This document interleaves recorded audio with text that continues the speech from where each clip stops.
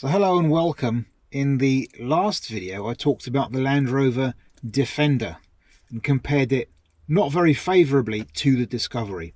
And if you haven't watched that video, don't fret, there'll be a video element on screen that you can click and watch the video. But for the time being, basic information you need to take away is that I drove Defenders and Discoveries between 2019 and August of this year, 2024.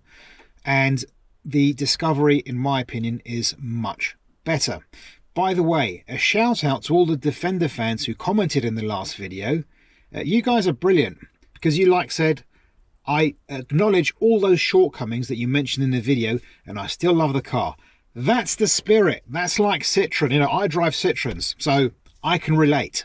So going back to comparing the Defender and the Discovery, I have to be fair, and I do think that the Defender does slightly edge ahead of the Discovery when it comes to that 4x4 off-road malarkey. I do think the Defender is slightly more suited for the task, let's say, because it's a lot more utilitarian. All the cars I drove, Defenders and Discoveries, had the same TD5 engine. They were all built more or less at the same time. And I think I was a bit more confident that I would not get stuck behind the wheel of a Defender than behind the wheel of the Discovery. So when it comes to like the 4x4ness, I think the Defender is better, but that's where the advantages of the Defender end.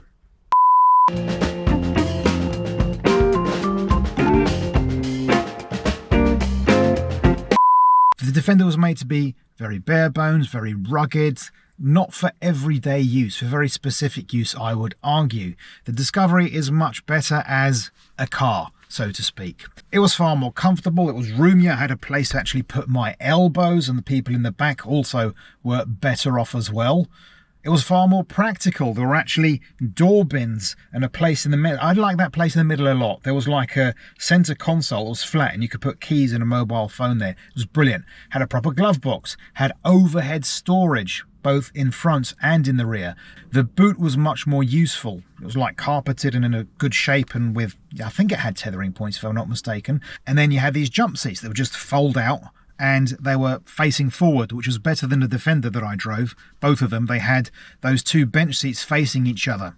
So if like strangers were sitting there, and usually it was, you know, they'd be touching each other's knees and be pushed up against each other. Anyway, there were more creature comforts in the Discoverers we had in comparison to the Land Rover as well. So we're talking about air conditioning and cruise control. Well, actually one of the Discoveries did, the other one didn't. Electric windows, parking sensors. I know they're a bit bourgeois for a car that's supposed to be like an adventure vehicle, but it was nice to have, to be honest with you. And above all, the refinement. My goodness me, like on the motorway, you can actually have a conversation with the people in the back and not have to shout at the top of your lungs. Out of town, it also handled a lot better than Defender, even though both cars are body on frame. And in town, much easier to use. You know, the steering was a lot lighter. One of the cars was an automatic, so that was nice for city driving, but the other one was a manual, and it was still much softer and easier and lighter than Defender. So a lot less tiresome to maneuver around and drop people off. That was a lot better. I did like that a lot. So the Discovery was a very versatile vehicle. It can do everything rather well. You can go on a road trip. You can go, you know, shopping. You can take your kids to school. And then apart from all that, you can just go to some forest and drive off-road to your heart's content. That's pretty brilliant.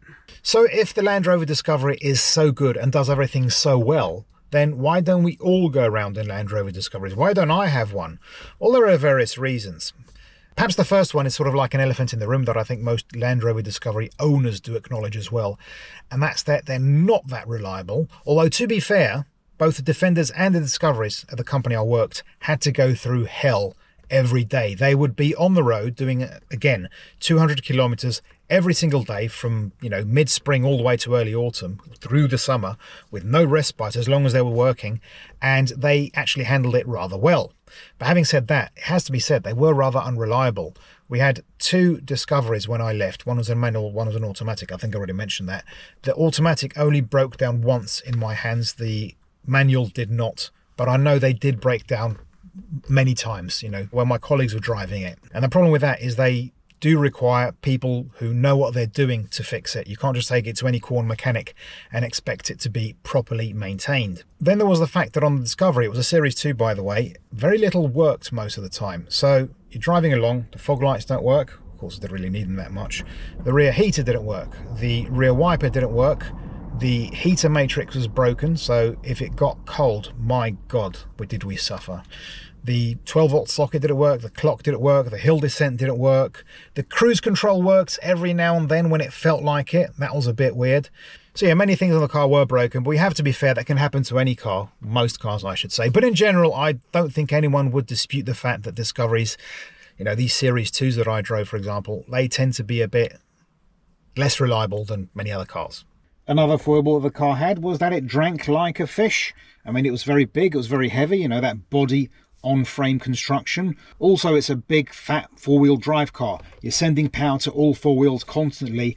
You're going to need more fuel to make them all go around at the same time. So, yeah, it is going to drink a lot. And the one that I drove the most was the automatics, and that doesn't help fuel economy either. So, in essence, that versatility comes at a price. There are compromises to be had, which, of course, hasn't stopped people buying them without using their full capabilities. Or at the very best, they'll say, yes, I need an off-road car because I have to drive over mud sometimes.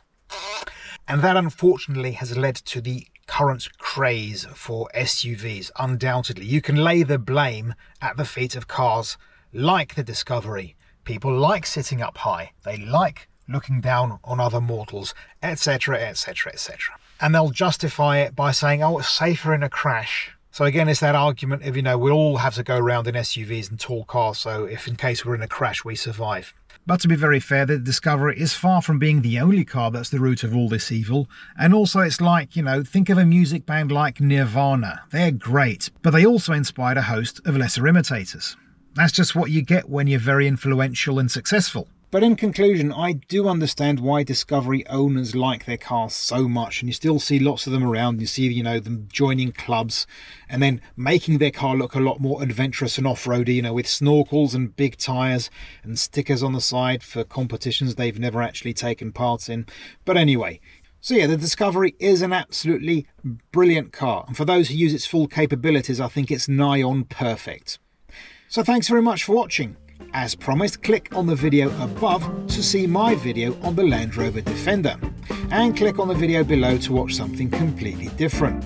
Thanks very much for watching. I hope to see you in a future video. Like, share, subscribe, etc., etc. I bid you all farewell.